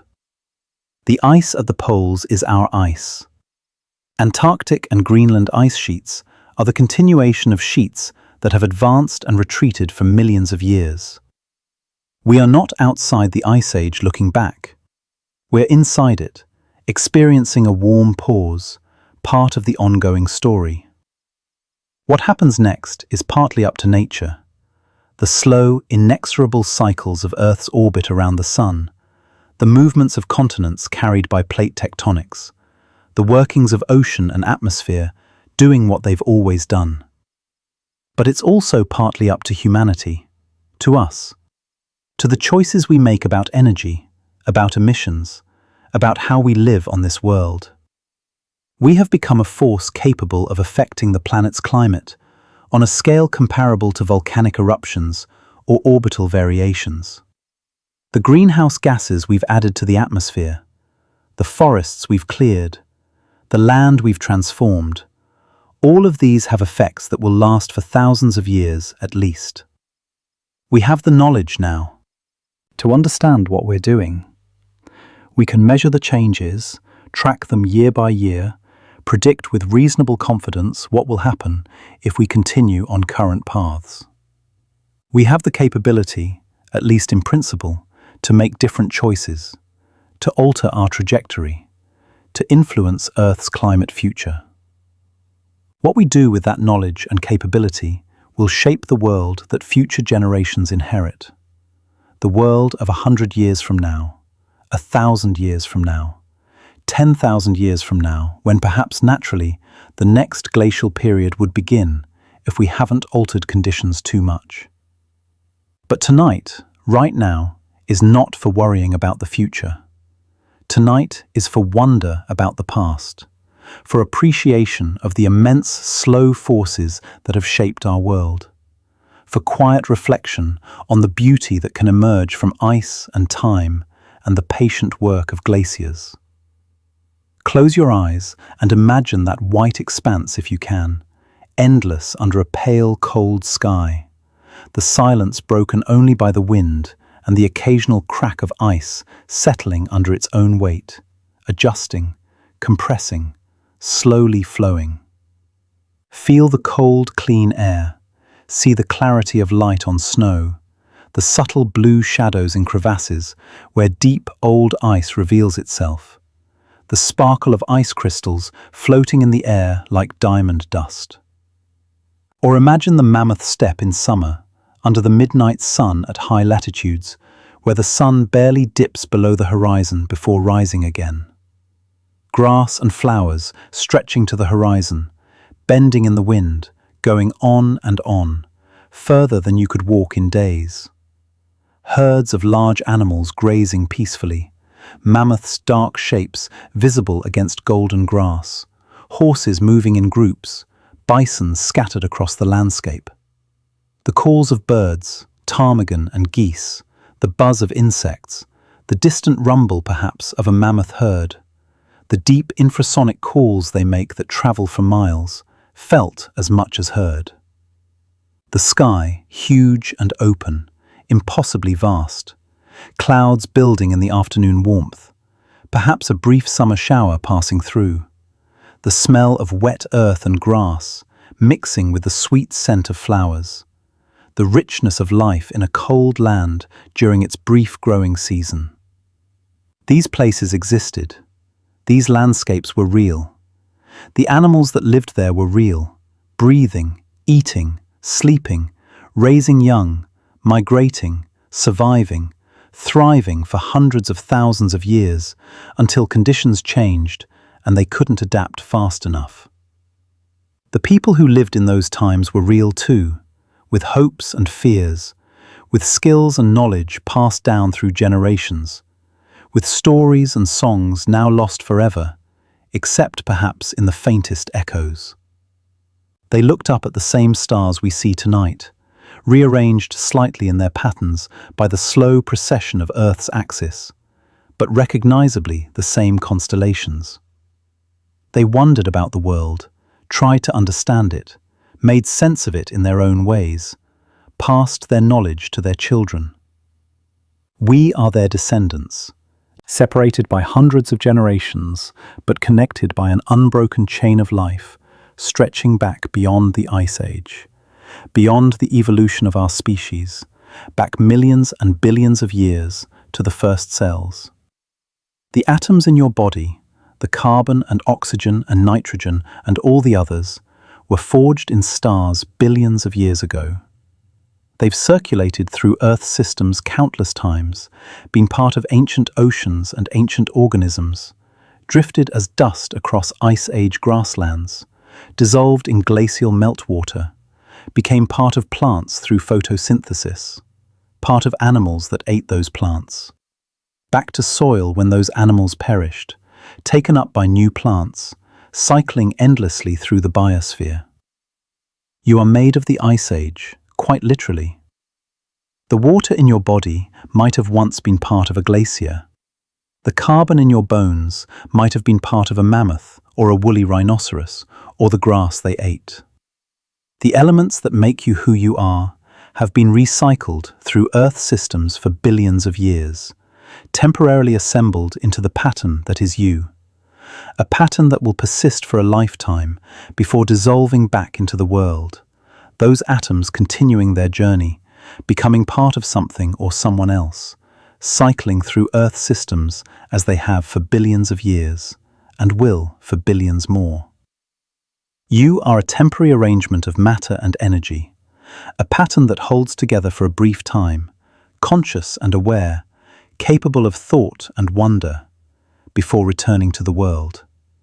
But while you exist, while that pattern persists, you have the remarkable ability to think about ice ages, to wonder about mammoths, to feel awe at the beauty of glacial valleys, to appreciate the long, slow stories written in rock and ice, to understand in some small way the immense patient processes that shaped Earth.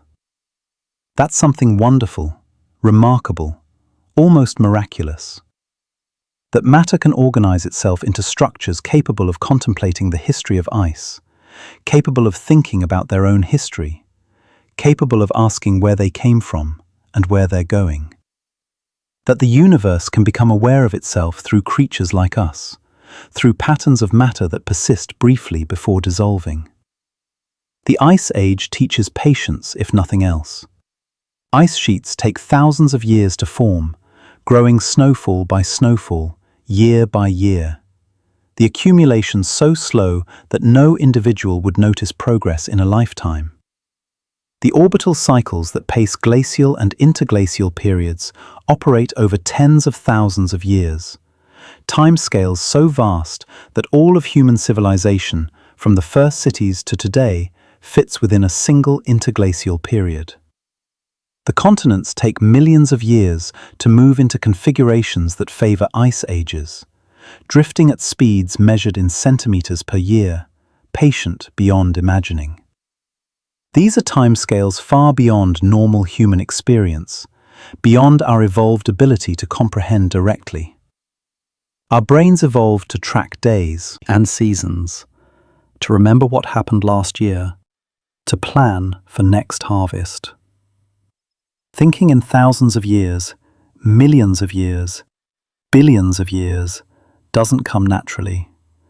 We have to work at it, use metaphors and analogies, compress time in our minds to make it graspable. But these timescales are real. They happened. They're happening. Earth works on these timescales, and that's okay. There's no rush in nature. The planet has time, billions of years ahead of it still, before the sun's increasing brightness makes Earth uninhabitable. Ice ages will come and go many more times in that vast future. We humans experience time very differently. Our lives are short by geological standards, barely a moment. Decades seem long to us. A century is beyond any individual's personal experience. A millennium is historical, known only through records and ruins and artifacts. But we have the ability, the wonderful ability, to study the past, to read the records preserved in ice and sediment and rock, to reconstruct what happened, to understand at least somewhat the processes that shaped Earth's history. We can project forward too, considering what might happen in the future based on understanding the past and present, making predictions and plans. We can hold both the immediate and the vast in our minds at once, thinking about tomorrow's weather and also about climate trends over centuries, caring about dinner tonight and also about the world our grandchildren will inherit. We can make choices today that will affect people living 100 or 1,000 years from now. That's a profound responsibility, but also a profound capability, one that no other species on Earth possesses, as far as we know. We are privileged to live in a time when the tools of science allow us to understand Earth's history and future better than any previous generation could. We can see the Ice Age not as myth or legend, but as reality, documented in detail, understood in its mechanisms, even if mysteries remain. We can appreciate the complexity and beauty of Earth's climate system, the intricate dance of ice and ocean and atmosphere. We can make informed choices about how to live, how to shape our civilization, how to interact with the planet that sustains us. But right now, in this moment, in the quiet darkness of night, the primary choice available is simpler: the choice to rest, to let go of concerns about the future, worries about the past, the endless noise and demands of daily life, to sink into stillness, into the quiet dark, into the gentle rhythm of breathing. The Ice Age has been here for millions of years, patient and slow. It will still be here tomorrow, still written in the landscape, still preserved in ice cores, still studied by scientists. The glaciers are moving at their own pace, indifferent to our attention or lack of it. You have done enough thinking for tonight. You have wandered far through time and space, across frozen continents and grassland steppes, alongside mammoths and ancient humans, through forests expanding and retreating, watching landscapes carved by ice and shaped by water. You have climbed mountains carved into their current forms by glaciers, sailed mentally through fjords, touched erratic boulders in your imagination, and marveled at the patient power of ice to reshape rock. You have learned about orbital cycles and greenhouse gases, about abrasion and plucking and moraines and outwash, about megafauna and their mysterious disappearance, about humans surviving in harsh conditions through cooperation and innovation. Now it's time to let it all settle, like snow falling gently on a quiet landscape after the wind has stopped. Each fact, each image, each moment of wonder, floating down softly, landing gently, covering everything in white, muffling sound, creating deep stillness. The Ice Age wraps around you like a blanket, not cold, but comforting somehow, not harsh, but gentle in its vastness, protecting you as you rest, holding you safely while you sleep. Your breath is like the slow advance and retreat of glaciers, in its own small way part of the same patterns that shape planets. In, slowly filling your lungs. Out, slowly releasing. Each breath a tiny cycle, microscopic compared to Earth's great cycles, but made of the same basic pattern. Everything breathes in its own way. Everything moves in rhythms. You are not separate from nature, not outside looking in. You are nature, experiencing itself, matter organized into awareness for a brief time. Let your body sink into the bed as glaciers sink into valleys under their own immense weight, slowly, inexorably, patient. Let your thoughts slow like ice moving, patient, powerful, unhurried, measured in geological time. Let your mind become like the surface of a glacial lake, smooth and clear and still, reflecting the sky perfectly. Any ripples gradually fade. The water becomes completely still. The reflection becomes perfect, mirror-like.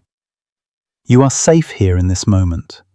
You are warm while the Ice Age was cold. You are comfortable while Ice Age people struggle to survive. You are protected by walls and blankets, by heating and shelter, by all the accumulated knowledge and technology of civilization. But you can appreciate the Ice Age, can hold its beauty in your mind without fear, can respect its power without being threatened by it, can understand it without being overwhelmed by its vastness. The mammoths are sleeping too, in their own way. Preserved in permafrost, their stories held in frozen time, waiting for scientists to discover them. The glaciers rest in their current positions, smaller than they were, but still present, still flowing slowly, waiting for Earth's orbit to shift again, for climate to change, for the next chapter in their long story. The mountains carved by ice stand patient under the stars, shaped by the past, weathering slowly in the present, waiting for whatever future brings. The valleys hold their lakes like cupped hands holding precious water. The moraines lie where they were left thousands of years ago, ridges marking the farthest reach of ancient ice, monuments to glaciers long gone. Everything is where it should be. Everything is as it is in this moment. There is nothing you need to do right now. Nothing you need to understand or figure out. Nothing requiring your attention or effort. The Ice Age has already happened. Its work is done.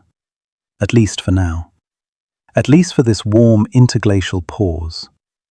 You can simply rest in the knowledge that it existed, that it shaped the world you inhabit, that its effects surround you, even as you lie here in comfort and warmth and safety.